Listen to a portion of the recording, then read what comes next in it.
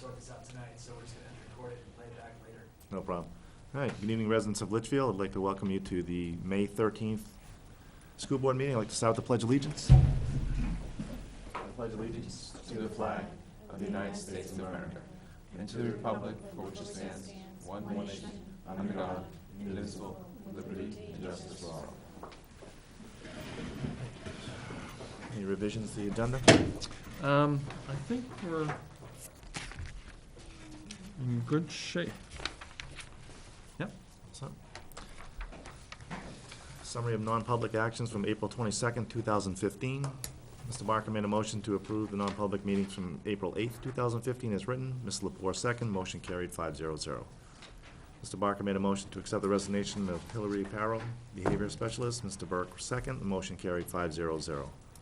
Mr. Burke made a motion to accept the resignation of Tom Dewar, IT director, and to release him from his contract. Mr. Barker second. Motion carried 5-0-0. Mr. Barker made a motion to accept the resignation of Natalie Perez, Spanish teacher. Mr. Burke second. The motion carried 5-0-0. Which brings us to presentations and recognitions.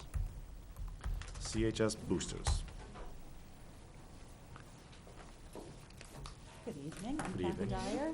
This is Kara Gannon. We're here on behalf of the Booster Club. And I'm assuming that you read the blurb that was sent out to you by Michelle about the trophy case, thank you, that we would like to give to the school. Whatever you want to know, you can feel free to ask. I don't know what else to tell you other than The what was in the information, paper. right. Most of the information is on this, and we hope to start this summer as soon as we get, you're kind of the last ship that we have to get approval from, and then we'll go ahead with We Mr. think, Nord. unless This there's is the something current one? else. The current one's next to the cafeteria, right? Yeah, and we'd like to put one, we'll keep that one, but then we'd like to put one down the hallway by the gym. Okay. There's just no room in there because. We have too many trophies. Yeah, too many trophies. Too good. And it's not very visible. If people come in, for example, to basketball games, they come in the other hallway and they go right into the gym. They don't come all the way down to the cafeteria. And so then when we met with Ms. Rothaus, she had suggested that we do the trophy case in that hallway, and then perhaps other awards and plaques and trophies of other things like the robotics team, things like that, can go into the trophy case that's currently there. And then we would put all of the athletic awards in that long hallway. Do you know, is this considered a gift? And is the, exceed any, Does it Minimums? reach the threshold value that we have to have a hearing? yeah, is it $5,000 the threshold? That's what it was. It's 5,000? Is this considered a gift, or is this, oh. Can you do it for less than 5,000? Well, it's money that we raised, Yeah. that we, We got a rough estimate from Mr. Mower. We haven't talked in detail at all with him. He was thinking it was gonna be around 8. But again, you know, we haven't looked at anything. We didn't wanna waste his time Yeah. if you guys didn't want us to do this. So, you know, we were saying 6,000, but if it Yeah. has to be under 5, I think it's strictly a formality. I think if it's over 5,000 and it's a gift, we're supposed to hold a hearing, which would literally be nothing different than what we're doing right now, but which I think it's be posted first, right? Yes, but you can give them permission To start? move forward and then, yeah. okay. And then just have a hearing. just Would you post it like first. us, once we get the final plans from Mr. Mower, to come back to you with those? You know, the kind I of think we- blueprint, so to speak, or is it okay if we just go ahead? I think I'll make a motion to approve it and go ahead with the expectation that we'd have to hold a hearing if it's And just a gift more than post it for the next meeting. $5,000. I'll second the motion. And I'm not even sure if, would they even have to be here for the hearing? We just have to say that we're having it and vote again to accept it, I or? don't think they would need to be here. Okay. Great. All right, any questions? further discussion? Anything else? All those in favor? Aye. Aye. Opposed? Abstain. 3-0-0. Thank So you you can, very sorry, you very much. sorry you're planning in 2 weeks, we'll decide whether or not you can do it. Okay. Thank you very much. Thank you very much, guys. That's what it comes down to, right? Yeah. But then all the board members will be here, so. All right. Correspondence from the VFW? If gift funds in the amount of 5,000 or more shall require the board to hold a public hearing regarding any action to be taken with the funds. For donations or grants less than, the board shall post the donation on the agenda. acceptance of all donations shall be made in public session. Oh, so it was already posted on the agenda, right? But it's not, Is it a hearing? it's, yeah, you have to, once they're done and they're ready to Give it to us, give then it we have to, to. then you okay. have to have the hearing. Good catch. I'm a game today. As the senior most member here, I have to pay attention to these things. All right, so we have a correspondent from the VFW. There's something that's already taken place. Yes, last Friday. Yeah. Lisa Lasaki was named the Litchfield Middle School Loyalty Day Award winner for this year. I think an exceptional facts teacher, very positive force. I mean, she helped organize the volleyball match where I ruptured my Achilles, so I'll be forever grateful for her for that. So congratulations to Lisa. I believe there was one other correspondence from, For Mr. Garrett. Yep. It was, he sent us an article in the Union Leader about a Hooksett teacher who opposes Common Core. I forwarded it to you to did. pass the minutes. good, Top of my duties. yeah. Approval of draft minutes from 4/22. Make a motion to approve the minutes? A second. Further discussion? All those in favor? Aye. Opposed? Abstained? 3-0-0. Which brings us to community forum. Superintendent comments. Bill 323, to be voted on in the House tomorrow, or sorry, in the Senate tomorrow. It is a bill which, if passed, will allow the use of the SAT instead of Smarter Balance in grade 11 annual assessments in the state assessment program, and will also permit a pilot, referred to as PACE, performance assessments,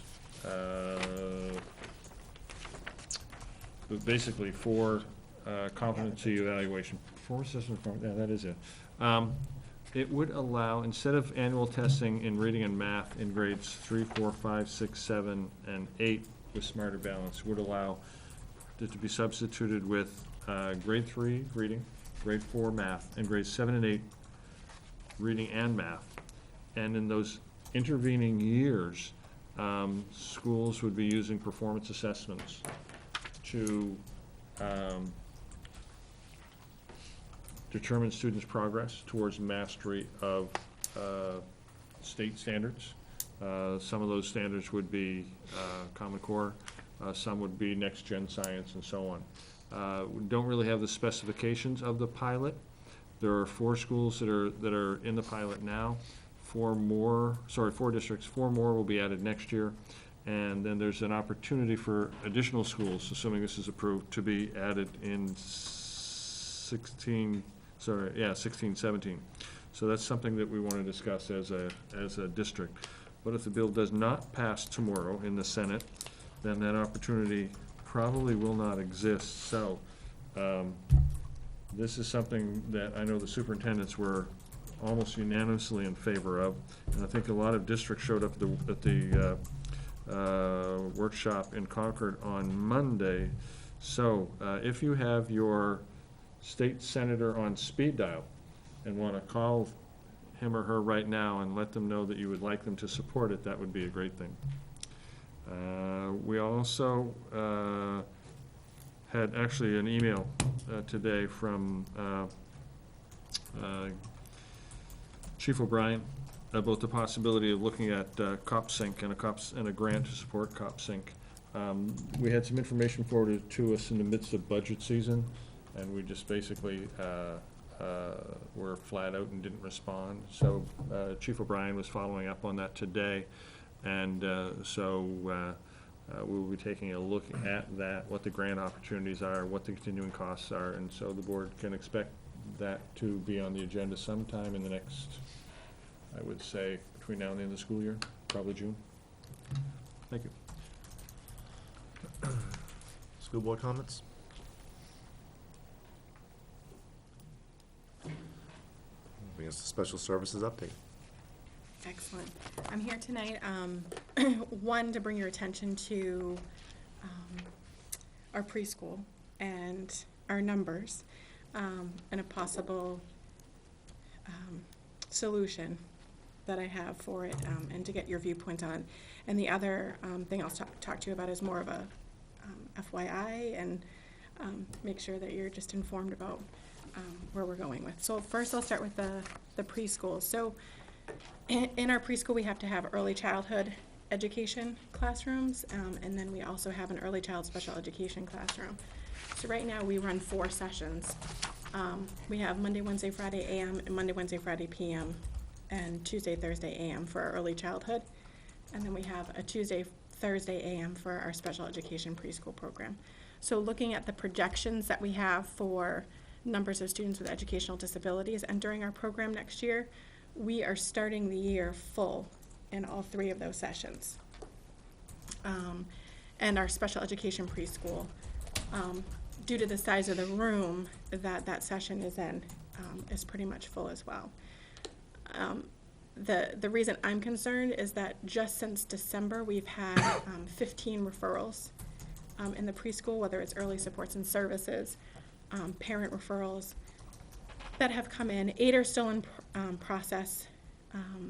2 were not found eligible, but there were 4 that were found eligible. So just given those numbers, entering the school year next year with no available spots for students with educational disabilities is a bit concerning.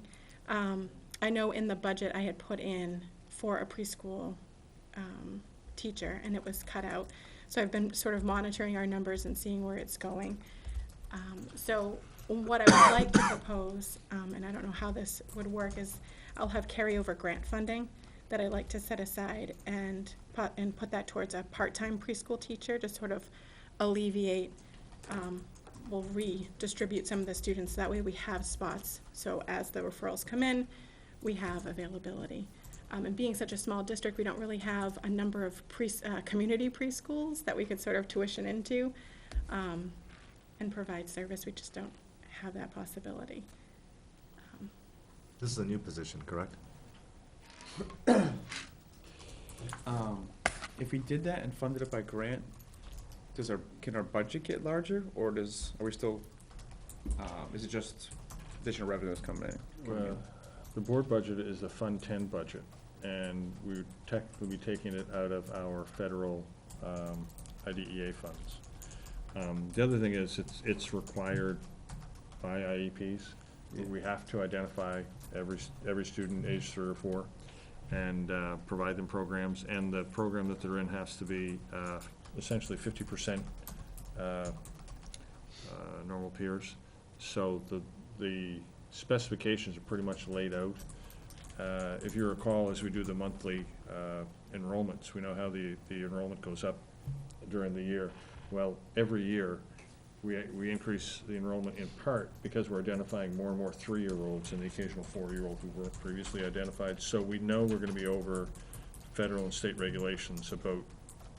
So our early childhood programs are capped at 15. So 8 of those students have to be typical peers from the community, leaving 7 special education spots available. We ran into a situation my first year here where we kind of ballooned, and then we were able to pull from another staff member and create another session. But doing that mid-year and shuffling the kids, it was difficult for parents, for kids, for the teachers to get that up and running. So knowing sort of where our projections are at, I just wanted to bring it to your attention, let you know that I have a sort of possible resolution, at least for next year. This is what I would suggest procedurally, and Director Bandersky and I talked about this. Number 1 tonight was to give you a heads up.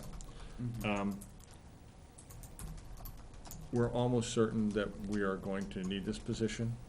At the point at which it's pretty much guaranteed that we need to do it, I'd like the board's okay to let Director Bandersky work with the HR director to post it as an anticipated position, but have the board actually take a vote on it with the updated numbers showing the need before we fill the position. Is that a reasonable procedure? Yeah, I think it's totally fine. I guess my question was only, I mean, if we need it, we need it. I wouldn't, Okay. I would certainly support it. I guess my question was, if our budget approved was $21 million, whatever it came to, we can only spend $21 million. So even if we have $20,000 from a grant for this position, we can still only spend $21 million, right? So we still have to find $20,000 not to spend somewhere else? That approved money by in the vote is the Fund 10 budget Okay. only. So anything else that we get is outside that. The grant money can and spend. doesn't impact it. Okay. Okay, so that's the first thing. The second thing was, as you're all aware, we had our behavior specialist resign. So in moving forward with the search to fill the position, I want to expand the search to include a school psychologist that has a fundamental understanding of behavior and the implications on the educational process to be part of the search. It's sort of a hard position to fill, number one. So I think expanding the search and being able to consider other potential candidates will be a plus. As you know, our special education population has increased over the years, so our needs have shifted. And we've been fortunate this year and last year to have a school psychology intern that's been assisting, so it's basically full-time work for no pay. But we've relied heavily on that. So once they come in, they get acclimated and they provide counseling services, they test, they write reports. So we've been functioning with an additional person as part of the staff. So you're looking to put on a psychologist rather than a behavioral specialist? Depending upon what our search is, a school psychologist will be able to provide counseling services. They'd be able to evaluate, they can conduct functional behavior assessments, they can create behavior support plans. So looking at our model that we have right now, where we have people allocated, we have a school psychologist at the elementary school, one at the high school, and then they share the middle school for evaluation purposes, and that's posed many problems, just in terms of scheduling, coverage, if there's students in crisis or escalating, not having the buildings have the coverage. So I'd like to just include that as part of the search, so that we can be looking at every possible scenario and trying to make the best decision for where our needs are at this point. So if you ended up hiring a psychologist rather than a behavioral specialist, who would then take on the responsibilities that the behavioral specialist would? Looking at our students, with having the behavior specialist, we have a lot of students that we've been able to get on track. So the monitoring of the behavior plan can transition to a school psychologist. There would be a few students that I would have to contract out for BCBA services specifically. But looking at the salary that we have allocated, it wouldn't be much more of an expense than we have right now, depending upon the level of experience in the replacement that we find. So there's two parts to the process. One is having somebody who's certified as the certification again is. Well, that's preferred. So behavior specialist is Right. general special ed cert and experience, but we have BCBA preferred. Right. So you need to do the needs analysis and then write the behavioral plan. And somebody needs to work with teachers and staff, paras, to implement them. When Hillary came in, we had a backlog of work in the area of writing the plans, doing the analysis, doing the functional behavioral analysis. And I think we've made a lot of progress in those plans, so much so that now the real stumbling block isn't writing the plans, it's supporting the three schools as they're implementing the plan. So Hillary used to do the analysis and support. At this point in time, the work that needs to be done is more supporting, and we can contract out the functional behavior analysis.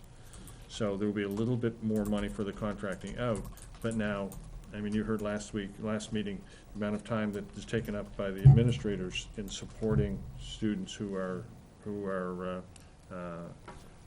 having great need. This would give a dedicated person in each building. So cost is essentially the same, salary ranges are the same. We'd have to do a little more contracting out, but it gives us the function that we need at this point in time, 2 years in. I'm trying to think back to, I remember when we added this position, and the idea was that we would keep more students in district and not have to spend money on contractors. Can you, I guess, remind me of what that person's role was? Was it focused mostly on kids on the spectrum and having behavioral issues, or, I can't remember exactly what we talked about. It's a back range then. of educational disabilities. Okay. There's certain students that are on the spectrum, but there's students with emotional disturbances. There's Okay. students with other health impairments whose behavior is dysregulated. So it's a plethora of. Okay. But we think we're at the point now where we have that under control and the support is really needed from a psychologist standpoint.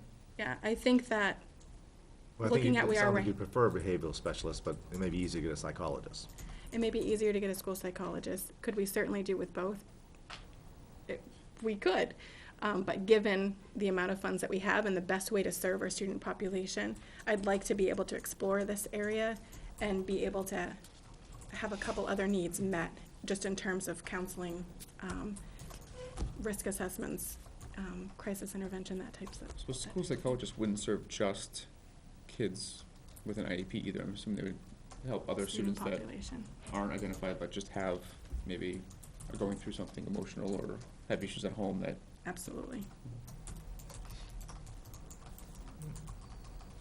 I just want to make you aware that I like to like, explore all Do possibilities. you need our approval, or, I mean, it's an open position, how you guys At fill it is this point probably in up time, I just, so you know that when the posting goes up, we'll be probably coming back. A very similar situation to the early childhood.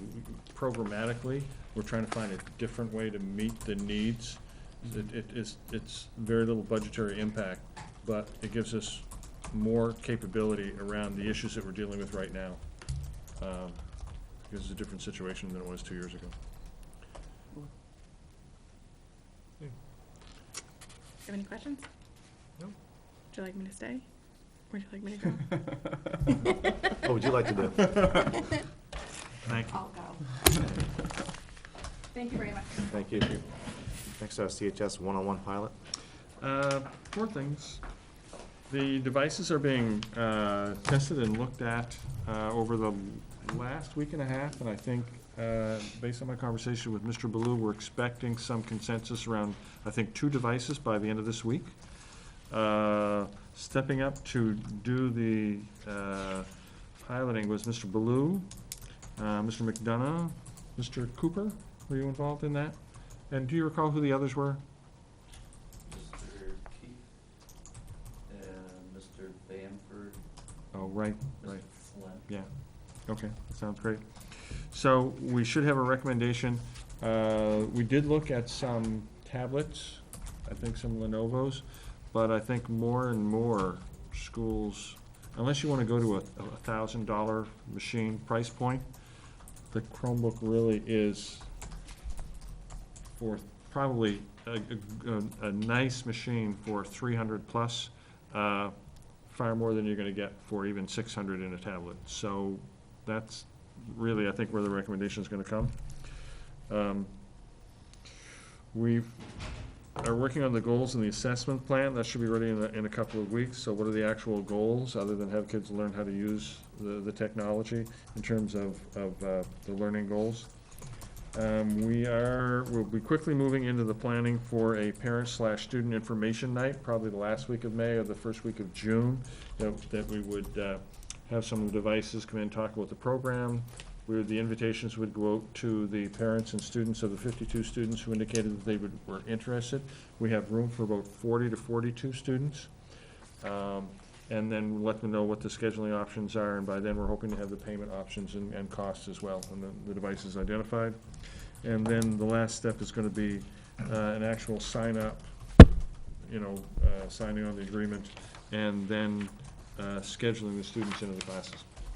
So will some of the students that express interest not be able to do it because of their own expertise? We need essentially to base it around one humanities pairing of 40-some. And because of the selections, we have about half the group that would have 4.5 credits in technology. They would be in English, social studies, science, 3 full credits, freshman seminar. And if the right kids sign up, we'd have a section of 21 kids in Spanish 1 and another 22 kids in Spanish 2. So they 4.5 of the credits. So would those be in it. 42 kids gonna basically be together the whole entire year? So it's core subject areas. for incoming freshmen can be in 4 or 5 different math classes, so there's no way you're gonna get a pure group. And we had 12 incoming freshmen who signed up for the honors biology, so they will not be in the freshman science. So, you know, depending on the teacher, they should be able to use the Chromebook and come in and use it in their other classes. But the teacher won't be specifically teaching because you don't have a pure group of students with the device.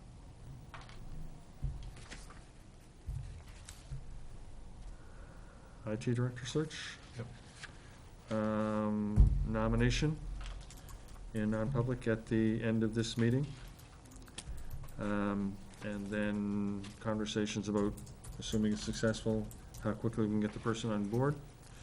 And whether or not, you know, they would be able to start meeting with folks before they actually officially start to try and get up to speed and get things going. Student information system update. We had 2 conference calls with Henry Miller of Infinite Campus this week. Now that we know some timelines about a potential IT director, we went back and had more detailed conversations about what the process would be like. And I was originally not very optimistic. We have a ton of things going on in technology this summer, including the voice over IP at GMS. We have some serious work to do with the VMware. We have to rewire the wireless here in the high school.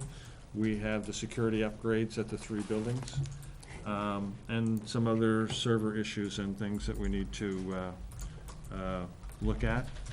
But it looks as though the bulk of the work, of the first several weeks of the work, may be something that would not involve IT extensively at all.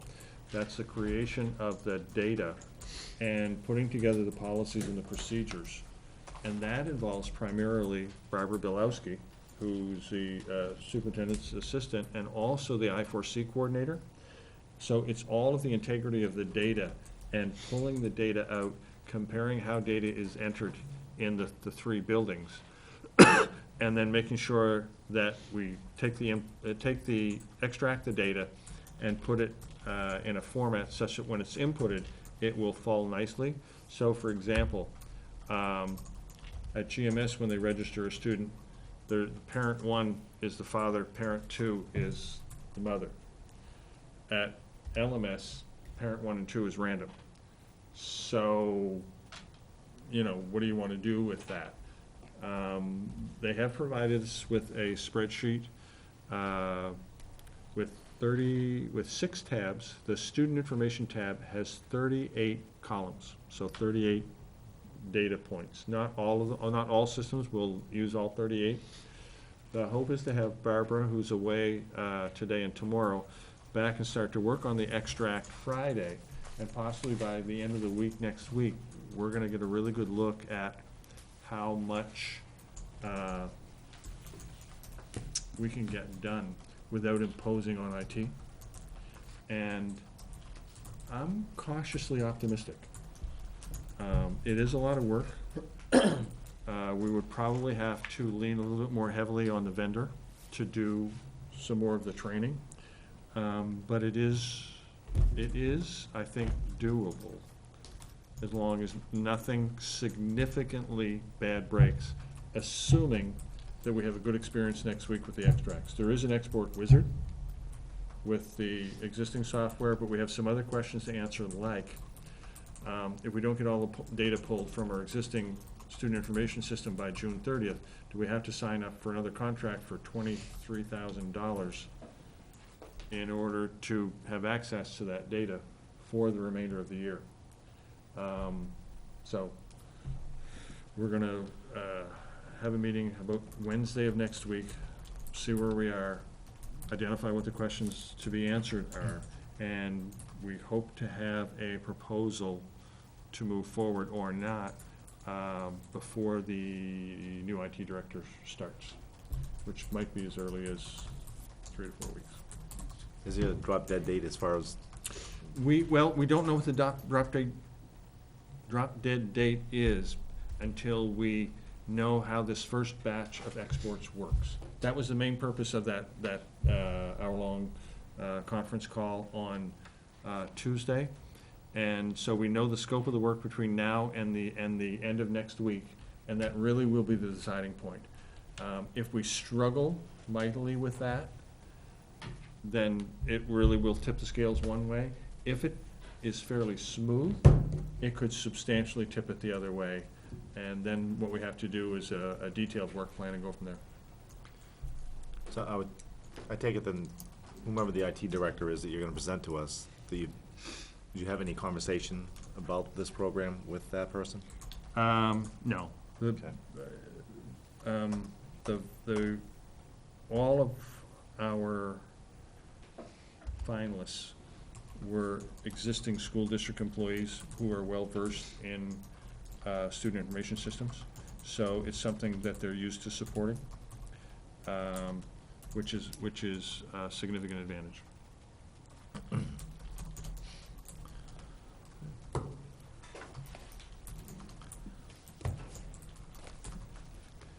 That'll bring us to the 2014-2015 school calendar.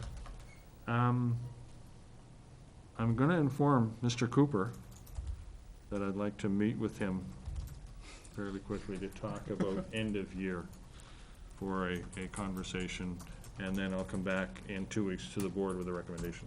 Okay. Okay? But it's a surprise, so don't tell him. All right. Does us not approving it now affect any end of school year activities? Like, can GMS still schedule field day and move up day and all that stuff? Okay, I don't anticipate that at all. okay. Because even if it changes, it Yeah, it's doesn't matter. one day. Next is committee reports. You got budget committee. Oh, sorry, It's okay. double vision. There wasn't much from the last budget committee meeting. There were like two things that came out. One, I presented the suggested calendar for the budget process, and they asked whether or not that could be, like, again, moved up a little bit so we can stay with their calendar to start review November 5th. I had some conversation with Dr. Cochran and with Frank, and they both feel pretty comfortable that we should be able to move that. Because I think originally you had the budgets going to the budget committee the 11th, and we were actually hoping to start the process on the 5th to keep it at just, I believe, 5 Thursdays. And the other is they want to establish dates for school tours, which they did last year, and the town fire, I think, did very well as far as the tours, and I think it's a good opportunity we can walk as a committee, if anybody wants to join as far as the school board. But it gives the budget committee an opportunity to walk through the facilities and see things that are either in need of repair or replacement, and give them a better idea of where the thought process was when the budgets were put together as far as needs. So I'm working with Dr. Cochran as far as to establish some dates that hopefully when it's not too hectic into the budget season, we can take a walk through. That's really about it for the budget committee. Did anyone else meet? Perk? Eric? Perk has not met. We meet next week and I think the 27th. Has Julie sent you any dates or anything yet? I think I just got the email saying that the last one was canceled. Cancel. Okay, so she started including you at least. Okay, just want to make sure. I think, yeah, she wanted to make one up next week and then still hold the 27th, I think. I don't know if we got confirmation that we're definitely having one on the 20th, though. I don't think so. That was on the committee, so old or unfinished business, school start end times. I read through the conversation. It sounded like it was pretty far-ranging. It was.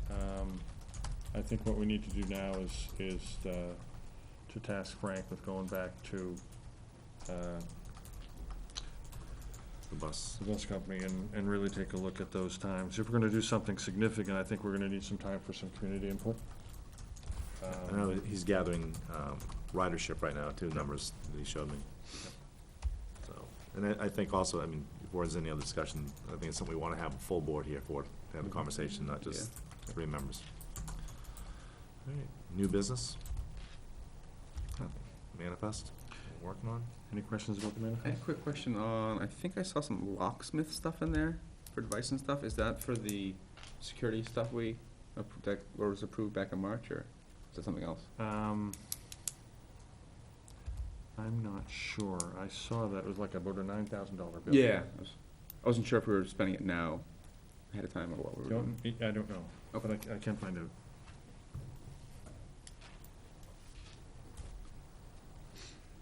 Remember, there was some work that we were trying to do for the gym doors at LMS that were gonna be very expensive. That might So that's be- the only thing off the top of my head that I can think of, but I'll check with Frank and I'll get back. Public input? Nothing. Roll to non-public. RSA 91-A, semicolon 311. The dismissal, promotion, or compensation of any public employee or the disciplining of such employee to the investigation of any charges against him, unless the employee affected, one, has the right to a meeting, two, requests that the meeting be open, in which case the request be granted, B, the hiring of any person or public employee, C, matters which if discussed in public would likely affect adversely the reputation of any person other than a member of the body of the agency itself, unless such person requests an open meeting. Yes.